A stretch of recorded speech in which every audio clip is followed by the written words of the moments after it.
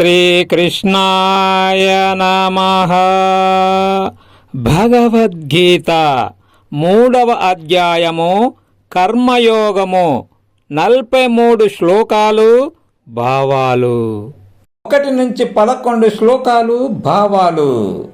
అర్జున వాచ జ్యాయసి చేత్ కర్మణస్తే మతా బుద్ధిర్జనార్దన తత్కిం కర్మణి ఘోరే మాం నియోజసి కేశవా. అర్జునుడు అడుగుతున్నాడు, జనార్దన, కర్మ కంటే జ్ఞానం శ్రేష్టమని నీ అభిప్రాయమా? అదే అయితే కృష్ణ, భయంకరమైన కర్మలలోకి నన్ను ఎందుకు దించుతున్నావు? వ్యామిశ్రేణేవ వాక్యేన బుద్ధిం మోహయసీవ మే తదేకం వద నిశ్చిత్య యో నశోయోహమాప్నుయాం.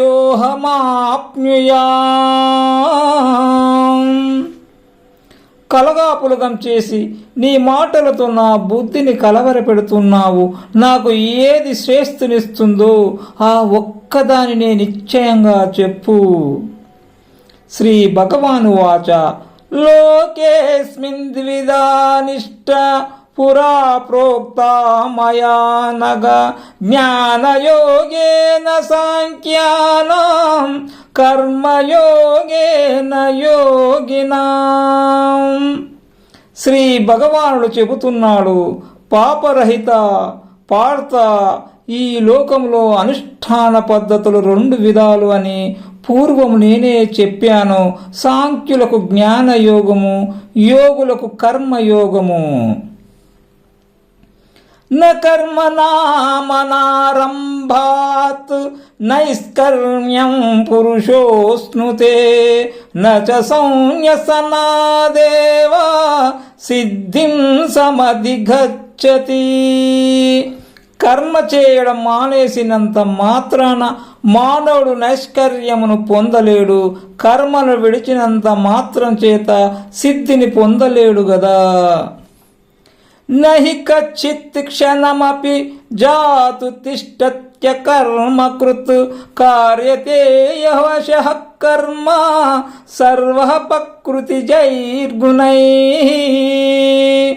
కర్మ చేయకుండా ఎవ్వడు క్షణం కూడా ఉండలేడు. స్వభావం వల్ల పుట్టిన గుణాలు మానవును ప్రేరేపిస్తున్నాయి.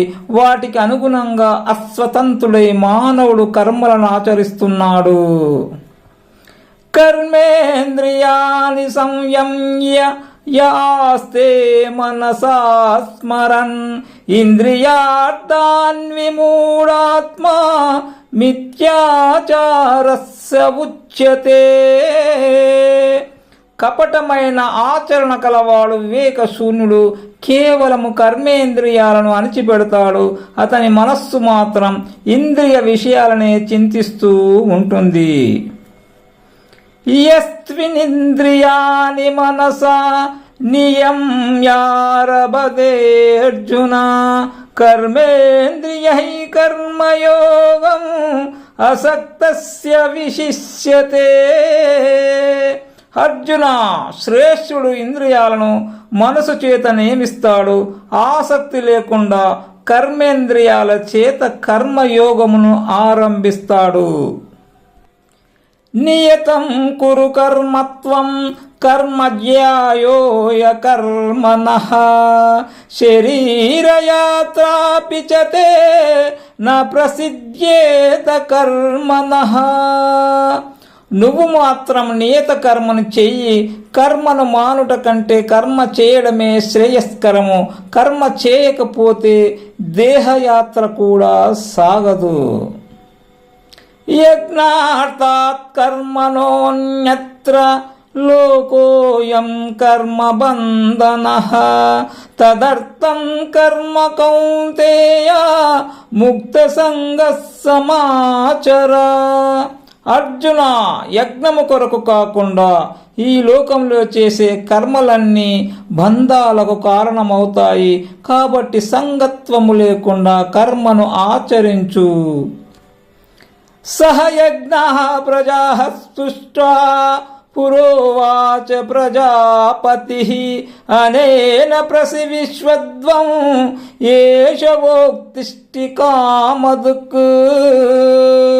పూర్వము బ్రహ్మదేవుడు యజ్ఞములతో సహా ప్రజలను సృష్టించాడు.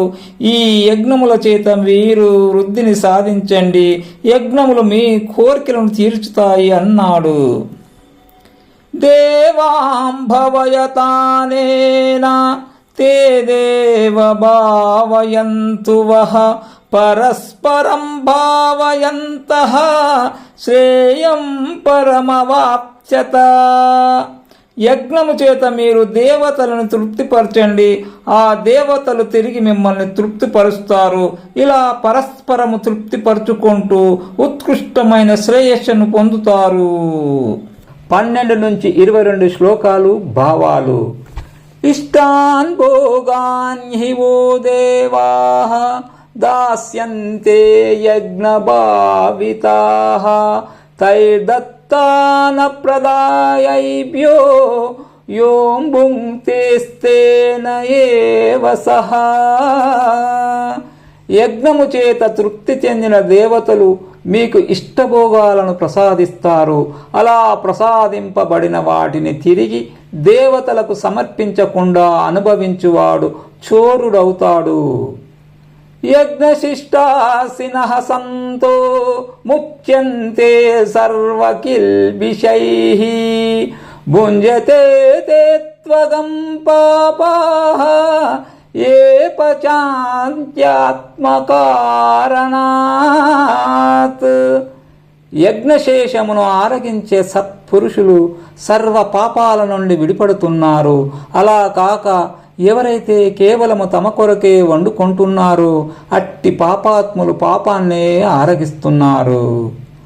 అన్నాద్భవంతి భూతాని పర్జన్యాధన్న సంభవః యజ్ఞాద్భవతి పర్జన్యో యజ్ఞః కర్మ సముద్భవః. అన్నము వలన ప్రాణులు పుడుతున్నాయి, మేఘము వలన అన్నము కలుగుతూ ఉంది, యజ్ఞము వలన మేఘము ఏర్పడుతుంది, యజ్ఞము కర్మ వల్లనే సాధ్యమవుతూ ఉంది.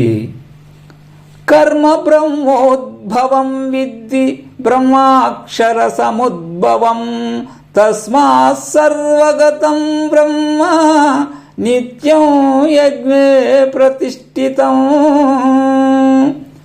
కర్మ వేదం వలన కలుగుతూ ఉంది, వేదము అక్షర రూపుడైన బ్రహ్మము నుండి ఉత్పన్నమైంది. అందుచేత సర్వగతమైన బ్రహ్మము సదా యజ్ఞమునందే స్థిరపడి ఉంది. ఏవం ప్రవర్తితం చక్రం నానువర్తయతి హయః అఘాయురింద్రియారామో మోగం పార్థ సజీవతి. అర్జున, ఆ విధంగా తిరుగుతున్న కర్మచక్రాన్ని అనుసరించి ప్రవర్తించని వాడు పాపజీవనము గడుపుతున్నాడు, ఇంద్రియలోలుడై వ్యర్థజీవిగా బ్రతుకుతున్నాడు. యస్త్వాత్మరతిదేవా స్యాత్ ఆత్మతృప్తచ్చ మానవః ఆత్మన్యేవ చ సంతుష్టః తస్య కార్యం న విద్యతే. ఆత్మయందే రమించువాడు, ఆత్మయందే తృప్తి పొందువాడు, ఆత్మయందే సంతసించువాడు చేయవలసిన కార్యమేదీ లేదు. నైవ తస్య కృతేనార్తో నా కృతేనేహ కచ్చన నచాస్య సర్వభూతేషు కశ్చిదర్తవ్యప్రాశ్రయః. అట్టి ఆత్మజ్ఞానికి ఈ లోకమునందు కర్మలు చేయుట వలన ప్రయోజనం ఏమీ ఉండదు, కర్మ చేయకపోయినా ఏమీ ఉండదు. అతనికి సమస్త ప్రాణుల యందు ఫలము కొరకు సంబంధము ఏ మాత్రము ఉండదు. తస్మాదసక్తః సతతం కార్యం కర్మ సమాచర అసక్తో యచరత్ కర్మ పరమాప్నోతి పూరుషః. అందుచేత నువ్వు ఫలాపేక్ష లేకుండా చేయదగిన కర్మను చేస్తూ ఉండు. ఫలాపేక్ష లేకుండా కర్మనాచరించేవాడు మోక్షమును పొందుతున్నాడు. కర్మనైవిహి సంసిద్ధిం ఆస్థితా జనకాదయః లోక సంగ్రహమేవాపి సంపస్కర్తుమర్హసి. జనకుడు మొదలైన వారు కర్మచేతనే సిద్ధిని పొందుతారు గదా. నీవు కూడా లోకహితమును దృష్టిలో ఉంచుకొని కర్మను ఆచరించడమే సముచితం. యద్యదాచరతి శ్రేష్ఠః తత్తదేవేతరో జనః సయత్ప్రమాణం కురుతే లోకస్తదనువర్తతే. శ్రేష్ఠుడు దేనిని ఆచరిస్తే ఇతరులు దానిని ఆచరిస్తారు. శ్రేష్ఠుడు ప్రమాణంగా గ్రహించిన దానిని అన్యులు కూడా ప్రమాణంగా స్వీకరిస్తారు. నమే పార్థాస్తి కర్తవ్యం త్రిషు లోకేషు కించన నానవాప్తమవాప్తవ్యం వర్తయేవ చ కర్మణి. పార్థ, ముల్లోకాలలో నేను చేయవలసిన కార్యమంటూ నాకు ఏదీ లేదు. నేను పొందనిది లేదు, పొందదగింది లేదు. అయినా నేను కర్మలను చేస్తూనే ఉన్నాను. 23 నుంచి 33 శ్లోకాలు భావాలు.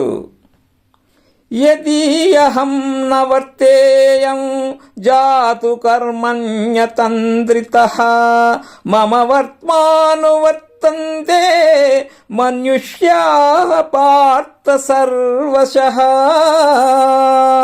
పార్థ, నేను అప్రమత్తున్నే, కర్మల్ని ఆచరిస్తూ ఉంటాను. అలా కాకపోతే జనులందరూ నా మార్గమునే అనుసరిస్తారు, నాలాగే ప్రవర్తిస్తారు. ఉస్సీదేయురిమో లోకా న కుర్యాం కర్మ చేదహం సంకరస్య చ కర్తాస్యాం ఉపహన్యామి మాహ ప్రజాః. నేను కర్మ చేయడం మానేస్తే ప్రజలు కూడా కర్మలు చేయకుండా చెడిపోతారు. కర్మ సంకరానికి నేను కర్తనవుతాను, ప్రజల్ని పాడు చేసిన వాణ్ణి కూడా అవుతాను. సక్తాః కర్మణ్య విద్వాంసో యథా కుర్వంతి భారత కుర్యాద్విద్వాంస్తథా సక్తః చికీర్షుర్లోక సంగ్రహం. అర్జున, జ్ఞానము లేని వారు ఫలాపేక్షతో కర్మలను ఆచరిస్తూ ఉంటారు. జ్ఞాని కూడా అలాగే కర్మలు చేస్తూ ఉంటాడు. కాకపోతే ఫలాపేక్ష లేకుండా ఉంటాడు, లోకహితార్థము చేస్తూ ఉంటాడు. న బుద్ధిభేదం జనయేత్ అజ్ఞానాం కర్మ సంగినాం జోసయే సర్వకర్మాణి విద్యానుక్త సమాచరన్. జ్ఞాని అయిన వాడు అజ్ఞానుల బుద్ధిని కలత పెట్టకూడదు. తాను యోగయుక్తుడై సమస్త కర్మలను నేర్పుతూ ఆచరిస్తూ ఉండాలి. ఇతరులు కూడా అలాగే ఆచరించేటట్లు చూడాలి. ప్రకృతేః క్రియమానాని గుణైః కర్మాణి సర్వశః అహంకార విమూఢాత్మా కర్తాహమితి మన్యతే. చేయబడే కర్మలన్నీ ఏ విధంగా చూచినా ప్రకృతి యొక్క గుణముల చేతను చేయబడుతూ ఉంటాయి. ఆత్మజ్ఞానము లేని అహంకారి నేనే కర్తను అని భావిస్తూ ఉంటాడు. తత్వవిత్తు మహాబాహో గుణకర్మ విభాగయోః గుణాగుణేషు వర్తంతే ఇతి మత్వా న సజ్జతే. అర్జున, గుణకర్మల విభజనము యొక్క వాస్తవమును తెలిసినవాడు జ్ఞాని. ఇంద్రియాలు అనే గుణాలు విషయాలు అనే గుణాల యందు ప్రవర్తిస్తూ ఉన్నాయని భావిస్తాడు. వాటి యందు ఆసక్తి లేకుండా ఉంటాడు.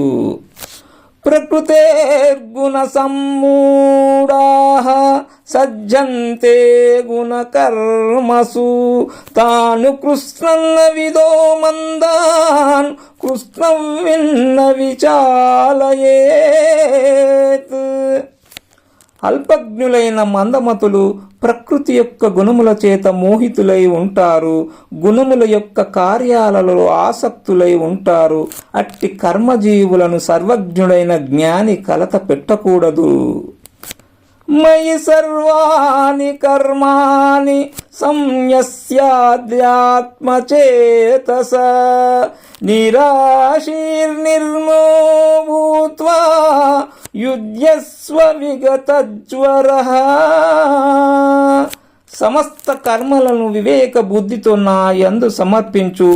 ఆశను విడిచిపెట్టే, మమతను వదిలిపెట్టే, దుఃఖానికి దూరమై యుద్ధములో పోరాడు.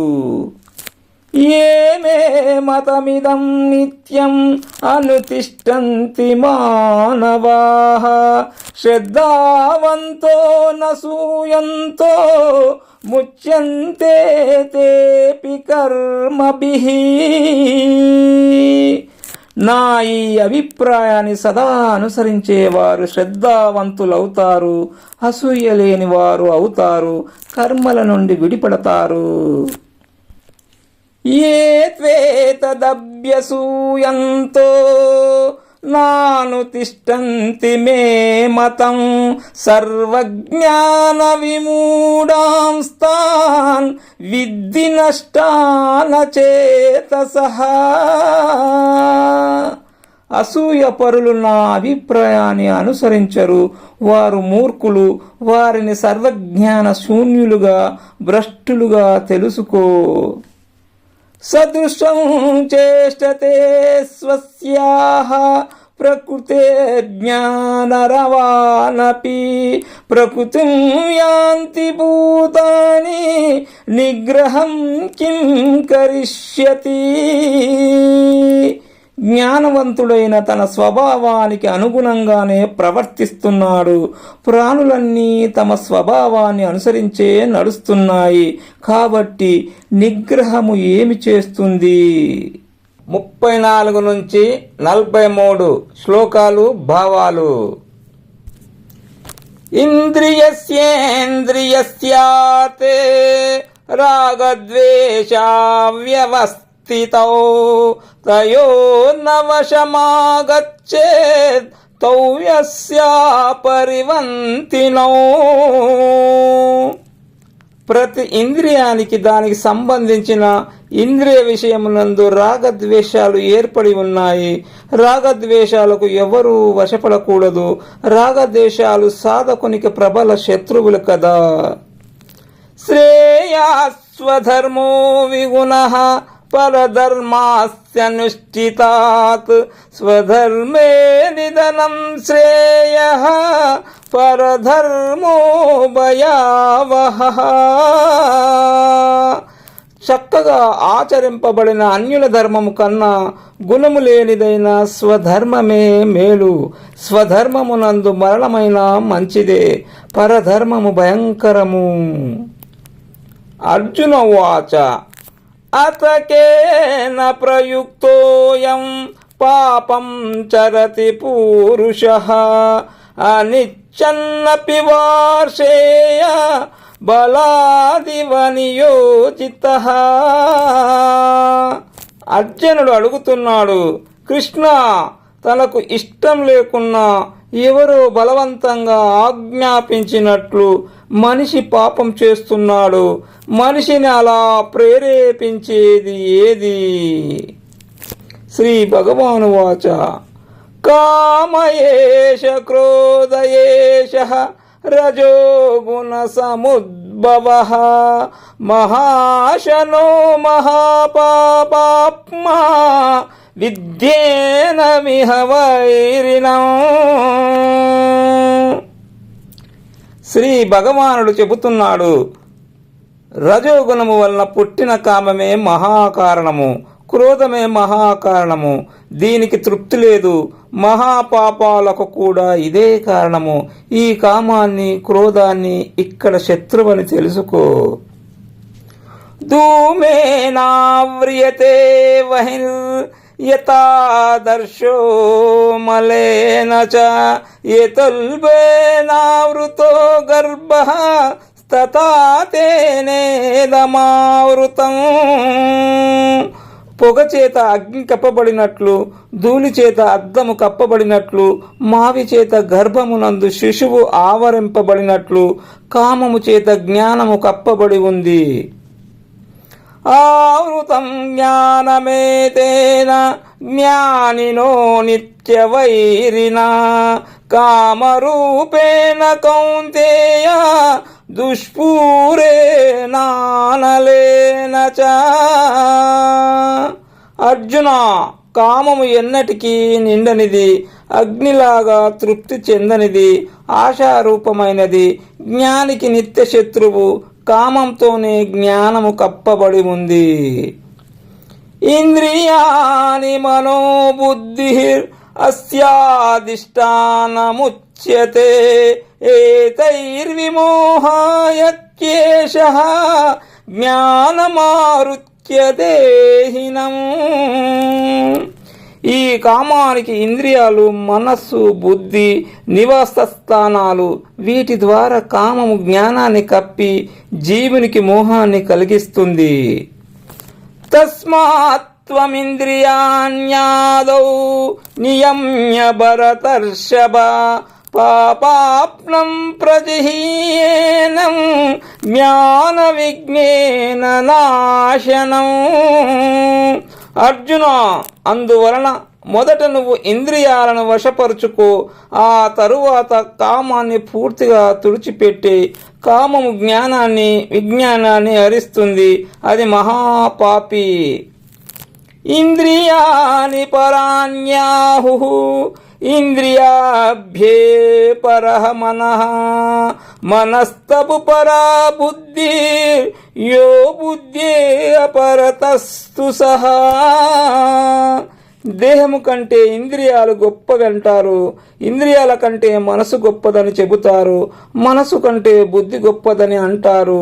బుద్ధి కంటే పైనున్నదెవరో అదే ఆత్మ అని చెబుతారు. ఏవం బుద్ధేః పరం బుద్ధ్వా సంస్తభ్యాత్మనమాత్మనా జహి శత్రుం మహాభావో కామరూపం దురాసదం. అర్జున, ఈ విధంగా ఆత్మను బుద్ధి కంటే శ్రేష్టమైనదిగా తెలుసుకో. బుద్ధి చేత మనస్సును నిగ్రహించు. ఈ కామశత్రువును జయించుట సుసాధ్యము కాదు. దానిని ఎలాగైనా జయించు. ఓం తస్స ఇతి శ్రీమద్భగవద్గీతాసు ఉపనిషత్సు బ్రహ్మ విద్యాయాం యోగశాస్త్రే శ్రీకృష్ణార్జున సంవాదే కర్మయోగో నామ తృతీయోధ్యాయః. ఈ విధంగా ఉపనిషత్తులు, బ్రహ్మ విద్య, యోగ శాస్త్రము, శ్రీకృష్ణార్జున సంవాదమైన భగవద్గీత యందు కర్మయోగం అనే 3వ అధ్యాయము. శ్రీకృష్ణార్పణమస్తు.